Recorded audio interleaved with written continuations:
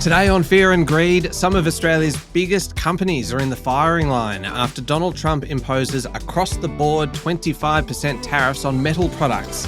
JB HiFi posts a strong profit but a share price tumbles, and more bad news for WiseTech Global with new allegations against founder Richard White, plus profits from Ansell and carsales, and the last word on the Super Bowl. Welcome to Fear and Greed, daily business news for people who make their own decisions. It is Tuesday, the 11th of February 2025. I'm Michael Thompson, and good morning, Sean Aylmer. Morning, Michael. Love earnings season. We're up and running. Oh yeah, there is so much in today's show. The main story this morning, Sean, is a massive one. Australian steel and aluminium exports to the United States could be hit by tariffs after US President Donald Trump announced a 25% impost on metal imports from all countries. All countries. It was flagged a couple of weeks ago and confirmed over the last 36 hours, though Donald Trump didn't say when it would come into effect. Now, combined, Australia sells about $1 billion or a bit over $1 billion worth of steel and aluminium products to the US. This has happened before. In fact, Malcolm Turnbull, when Prime Minister, negotiated an exemption for Aussie metal exports when Donald Trump was in power previously. This is Trump administration 1. He negotiated that on the back of Australia having a trade surplus with the US. Yesterday, Mr. Turnbull was quick to come out and say, well, Anthony Albanese needs to negotiate a deal with Donald Trump and do it quickly.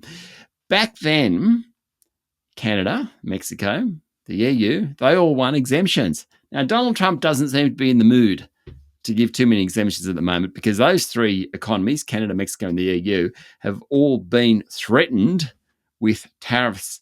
So whether or not Australia gets off the hook this time is problematic. Mr. Albanese said he has scheduled a discussion with Donald Trump about the tariffs.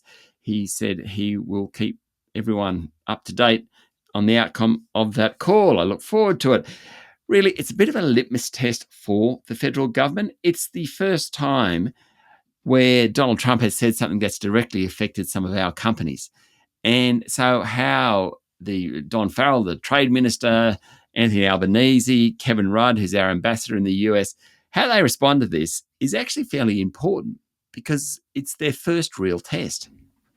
Yeah, and I know that there was a little bit of hope that maybe the AUKUS pacts and the various defence treaties might be enough to kind of give Australia that exemption. But the thing is, there are so many big questions for companies involved in this space. And you've told us so many times now, Sean, that the business hates uncertainty.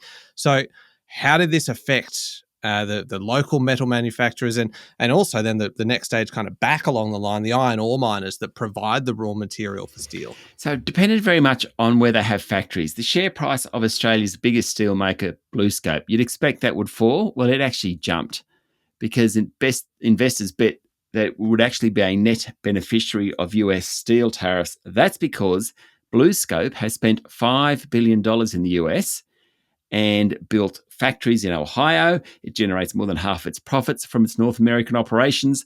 They're the sorts of things that Donald Trump loves to hear. So that might actually do okay. Bisalloy Steel, it produces here and in China. Its share price fell fairly quickly.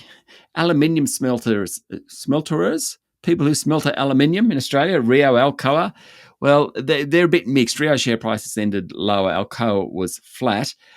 Hard to see. Until we actually see the detail and how it's going to affect them, it's hard to trade on it. Your point about the iron ore miners is really important. So our big iron ore miners, BHP, Fortescue Metals and Rio, they sell a lot of the stuff to China to make steel. The good news from that front is that China doesn't really sell much steel to the US. It actually uses most of it itself. So as a result, it's unlikely to lessen demand, at least as a first effect, because most of the steel is being used in China. Now, of course, if it causes a global slowdown, these tariffs, then it will affect us because China won't want as much iron ore for their own steel. But the immediate effect isn't great. Yeah. Big story, that one, and obviously a lot of pressure on that phone call between Anthony Albanese and Donald Trump. And it's one of those stories, Sean, that could just evolve very, very quickly, couldn't it? Yeah. If you're listening to this early in the morning, Tune in for the afternoon edition because anything could have happened by then. Indeed. All right, let's talk about profit season, Sean. It kicks off properly this week, and JB HiFi was the first big name to report. It posted a big jump in sales, a decent rise in earnings for the second half of 2024, setting a pretty high bar for other retailers who are reporting profits in coming weeks. Yet it was sold off. This is a great little story, this one. JB is a market darling. Retails everything from fridges to computers. They own Good Guys. Revenue up 10%, profit up 8%. The result from Good Guys, which has been a bit of a laggard, also beat expectations. All pretty good. And initially, share price went up. Chief Executive Officer Terry Smart said strong sales had continued into January. Okay.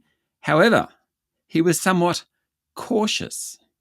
Now, he talked about the December quarter being particularly good thanks to Black Friday and Boxing Day sales, but just cautious about what's going on in the market right now. What happens? The share price tumbles. JB HiFi, like Commonwealth Bank and a bunch of others, has been priced to perfection. We keep talking about this idea where all the good news is priced in. So even just a tiny bit of caution was enough to sell it off yesterday. And that's what we might be seeing the whole time or throughout this earnings season, these price to perfection stocks being sold off if there's any caution. JB's big. It means 225 stores in Australia and New Zealand. It had same stores sales growth of 7% or so. But the market wants it to be great, not just good. And that's not quite what they got yesterday. This is exactly what you said was going to happen. You mentioned this, a week ago, 2 weeks ago, about this risk of everything being priced to perfection, and even just a little bit of caution might be enough to knock investors' confidence. I'm going to start calling you. Is Nostradamus too old school? We need a new kind of name for it. Probably 1,000 other people calling it as well, but I'm happy to go with it. What I did like, I've got to tell you about this result though, Michael. Yeah. One of the things that where sales are booming, robotic vacuums. Do you have one? No, I don't. Do you? No, I don't. I love one, though. Okay. They look awesome. They do. Very cool. But as soon as you have a step or stairs or something, it looks like it would be problematic. What I want though is to be able to. Have you seen the videos then online, Sean, of the robotic vacuums, and you can train your cat to sit on the back? Oh, really? and if you have 2 of these robotic vacuums and two of these trained cats, you can in fact pretty much have battles between the 2 of them. Oh dear. Moving on. Anyway, it's a very serious show today, Sean. I don't know kind of how we got onto robotic vacuum cat battles. That was JB. What about the rest of the market? Was the ASX knocked around much by the Trump tariff announcement? All things considered, it wasn't a bad day. The tariff announcement, week leading from Wall Street. The market initially fell pretty sharply, then it rebounded, ended down just 0.3%. Most of the market is focused on earnings. A couple of notables yesterday. Star Entertainment Group rose 14% after it said it would not accept an offer from a Chinese consortium to take over its 50% stake in debt in the Queen's Wharf complex in Brisbane. And Mayne Pharma Group jumped more than 20% at one point after the company forecast a big rise in pre-tax earnings thanks to strong growth in its women's health range. There you go. And just briefly, Sean, international markets. All about tariffs help push up the US dollar, which hurt the Aussie dollar. It's about 62.5 US cents at the moment. What it did do, though, it's also pushed up gold. The whole idea of these tariffs coming in or not creates uncertainty. People flee for safe assets, gold being almost the safest of the lot. So it's trading near a record high. Sean, you've got a great interview coming up after the show. You are speaking today with Chris Bryke from StockSpot.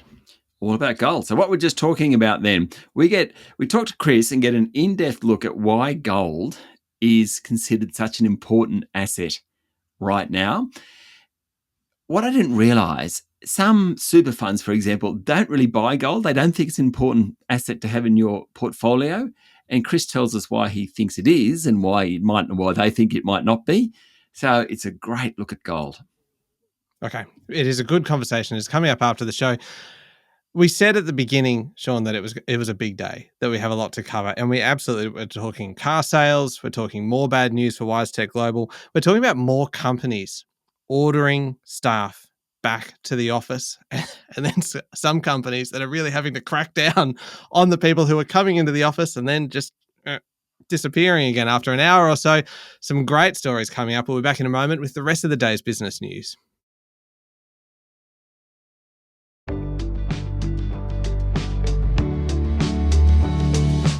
Sean, medical gloves and surgical gown manufacturer Ansell plans to lift prices to offset the impact of the tariffs imposed by the US government and shift some manufacturing out of China to spread its production more evenly. So we know now that imports into the US will attract a 10% tariff that hits Ansell.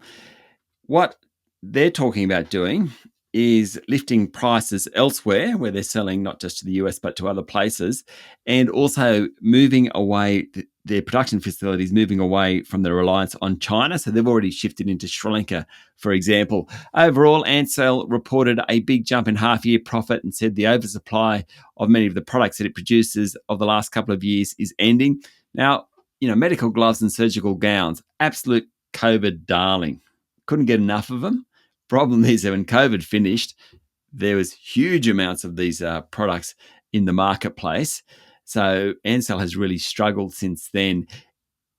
It has settled down somewhat, and the commentary yesterday from this company, which is huge, it's got 14 factories in 9 countries, it's got 16,000 people, but the commentary really reassured investors that glut of supply is over. So its share price jumped 8% yesterday. It's actually up more than 40% since August last year.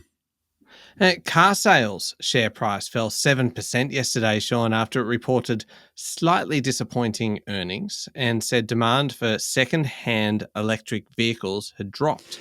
This is where it's really interesting. So demand for second-hand vehicles generally is okay, but falling prices of new EVs, particularly Teslas, is hurting the second-hand market for EVs. Kind of makes sense. Cameron McIntyre, CEO of carsales, was talking about this.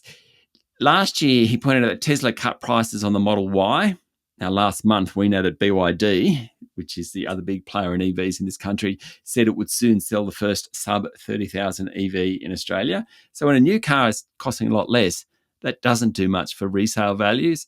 Carsales also said it's delaying price increases in the US, which is its second biggest market. Investors weren't happy about downgrading the full year US revenue outlook from good to solid, and the company's share price tumbled. Sean, the corporate watchdog. It's been a little while since we've had a Star Entertainment story. Well, we had one about 3 minutes ago, but other than that, it's been days. Yeah, well, it's been a week since we actually had a proper one. Okay, True. Fine. True. God, goodness me, you're a pedant sometimes. Yes, 3 minutes ago, fine, but honestly, the corporate watchdog has accused the former leadership of Star Entertainment of putting profitability ahead of risk and misleading a major lender. The Australian Securities and Investments Commission is suing 10 former executives and directors of Star Entertainment, including former CEO Matt Bekier and former chair John O'Neill, for alleged breaches of their directors' duties. ASIC alleges that the group didn't pay enough attention to the risks of money laundering and the infiltration of the casino by criminal organisations. All that has emerged since those two gentlemen left those jobs. ASIC began civil proceedings against 11 directors, not 10. Now it's come to an agreement with one of them, so it's down to 10. The actual proceedings were delayed for a couple of years, back on again. What's really interesting in this, the case against Star will test the boundaries of knowledge of wrongdoing and whether the knowledge puts a director in breach of their duties of good faith and due diligence. This is really a test about what directors should know and how responsible they should be or shouldn't be for the running of the company. Now, all defendants have denied they breached any director's duties. I mentioned this one earlier in the show, Sean. There's more bad press for WiseTech Global, with a former employee suing billionaire founder Richard White and his new wife, Zena Nasser, over workplace issues. Comes after a high-profile legal dispute between Mr. White and a former lover last year resulted in a settlement. The claim against Mr. White Ms. Zena Nasser and the billionaire's private investment vehicle came as WiseTech confirmed it was investigating 2 confidential complaints made by an employee and a supplier against the company's founder. Nine Media is reporting that Mr. White is facing new allegations of inappropriate conduct and is yet to sign the 10-year consultancy agreement announced in October last year when he resigned as WiseTech's chief executive.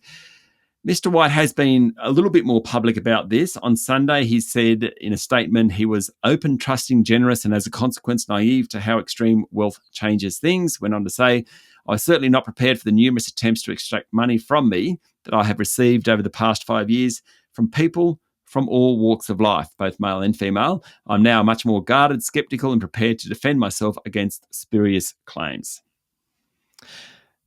Sean, I mentioned this story before, and I find this fascinating. Woolworths is ordering its 10,000 office-based workers to come into the workplace at least 3 days a week, following a similar mandate from Coles last year. It feels as though the return to office thing, it just keeps on building momentum. Yes. So in a note to staff, boss Amanda Bardwell said the organisation wants to create more in-person opportunities. Slowly, Michael, corporates are cajoling, encouraging people to come into the office. Not necessarily a bad thing, but My favourite story yesterday about this, Sean, was about the Commonwealth Bank cracking down on what is broadly called coffee badging. And it is coffee badging. Coffee badging. So essentially the requirements for Commonwealth Bank is that I think you have to spend half of your working days across the month in the office. And so I think there might be a bit of flexibility there as to how you divide it up during the week, but it's got to be half of your working days across the month. And in order for it to count as a working day spent in the office, you've got to be there for at least 4 hours. Mm-hmm. Now, apparently there has been an alarming increase in the number of people who turn up, sign in, and then disappear after an hour and just go and work from somewhere else, go and work from home, from a cafe, anything. And they call it coffee badging apparently because it is how long it takes to go and make a coffee, drink a coffee, and then do a little bit of stuff and then just go. And that's why and so Commonwealth Bank is cracking down on it now because they've noticed this trend increasing. So yes, we might be seeing more companies trying to get people back into the office. They've got to get them to stay there. Why, if you made the effort to get to work, why not just work from there? It's a really good point. Otherwise, you're just wasting kind of transit time, totally. right? Yeah, totally. I'm with you. Anyway, aren't we diligent? We are. Really? International news. Please. Yeah, let's go. The Cook Islands, Sean, will sign a strategic agreement with China in a move that has rattled New Zealand and deepened concerns about Beijing's influence in the region. Mark Brown, the archipelago's Prime Minister, has travelled to China for a state visit. He'll sign a comprehensive strategic partnership that will cover everything from trade and tourism to renewable energy. Now, the Cook Islands were controlled by New Zealand until the 1960s. They've got a tiny population, about 15,000 people. New Zealand still provides financial backing. Problem is, for New Zealand at least, they weren't told about it. And the Deputy Prime Minister of that country, Winston Peters, said the government was blindsided by the move and called on the Cook Islands to share the details of the agreement with New Zealand authorities as required by its constitution. Mr. Brown, he responded. He said there's no need for New Zealand to be in the room. He said the pact with China isn't related to security or policing, so it does not require a sign-off, according to the Financial Times. All that's well and good, but it does demonstrate the geopolitical diplomacy still going on in our region at the moment. Yeah, it certainly is. Finally, Sean, the Philadelphia Eagles have beaten the Kansas City Chiefs to win the Super Bowl in a game that was pretty much over by halftime. The surprise, though, Sean, was the booing of two of America's superstars. So Donald Trump went up on the big screen. There were as many boos as there were cheers. I don't remember Donald Trump being booed very much. Well, on the big screen, in fact, what I saw, he was booed more. Now, obviously, wherever the mics were would make a difference. And if you read reports of it, people say there are as many boos as cheers. But interesting. Normally, Americans love their president. The other person who was booed, big time, Tay-Tay, Taylor Swift. Now, Travis Kelce, her boyfriend, plays for the Kansas City Chiefs. She was booed big time from all those Philadelphia Eagles fans. I reckon she wouldn't be used to that. Who's who turned up? Rupert and Locke Murdoch was there. Apple's Tim Cook. Lionel Messi, well-known American football player. Hip-hop star. I'm joking, Michael. You do know that. Did you pick me up on that? Yeah, good. Yes. Sorry. I was sorry. Keep going. I was just thinking about what I was going to tell you in a minute. Sorry. Right. I do listen to you. Adam Sandler was there. The comedian, actors John Hamm and Bradley Cooper introduced the teams. Average ticket price on resale platform StubHub, about 10,000 Aussie dollars. Jeepers. Now, Sean, I did a bit of research for you. Good, thank you. So I went and watched as many of the Super Bowl ads as I could. Good on you. I haven't done it yet. So that I could whittle them down and just give you the ones that you have to go and watch. Yeah. Overall, I was a bit disappointed with this year's crop. Right. I know it's easy for me to be a bit of an armchair critic. I haven't spent millions of dollars in 6 months working on these things. But the two that I really enjoyed, the Coors Mondays, it's like the light Mondays beer. Right. And it features a sloths. It's very entertaining. Right. So just Google the sloth ad. Yep. And then the Ram ad, so Ram the car maker, featuring Glenn Powell, who is a very kind of, you wouldn't know him because he's in movies and you don't like watching movies. No. But he is like one of the it kind of stars at the moment. And it was actually very good. So the sloth ad Super Bowl, Ram ad Super Bowl. Yep, those two are my pick. Good. Of 2025. Sean, up next is a Fear and Greed Daily interview. Your guest today is Chris Breike from StockSpot, all about gold and investing in gold and how much the gold price is going to rise. It is coming up in the Fear and Greed playlist on your podcast platform or at fearandgreed.com.au. Thank you, Sean. Thank you, Michael. It is Tuesday, the 11th of February, 2025. Make sure you're following the podcast and please join us online on LinkedIn, Instagram, X, TikTok and Facebook. I'm Michael Thompson and that was Fear and Greed. Have a great day.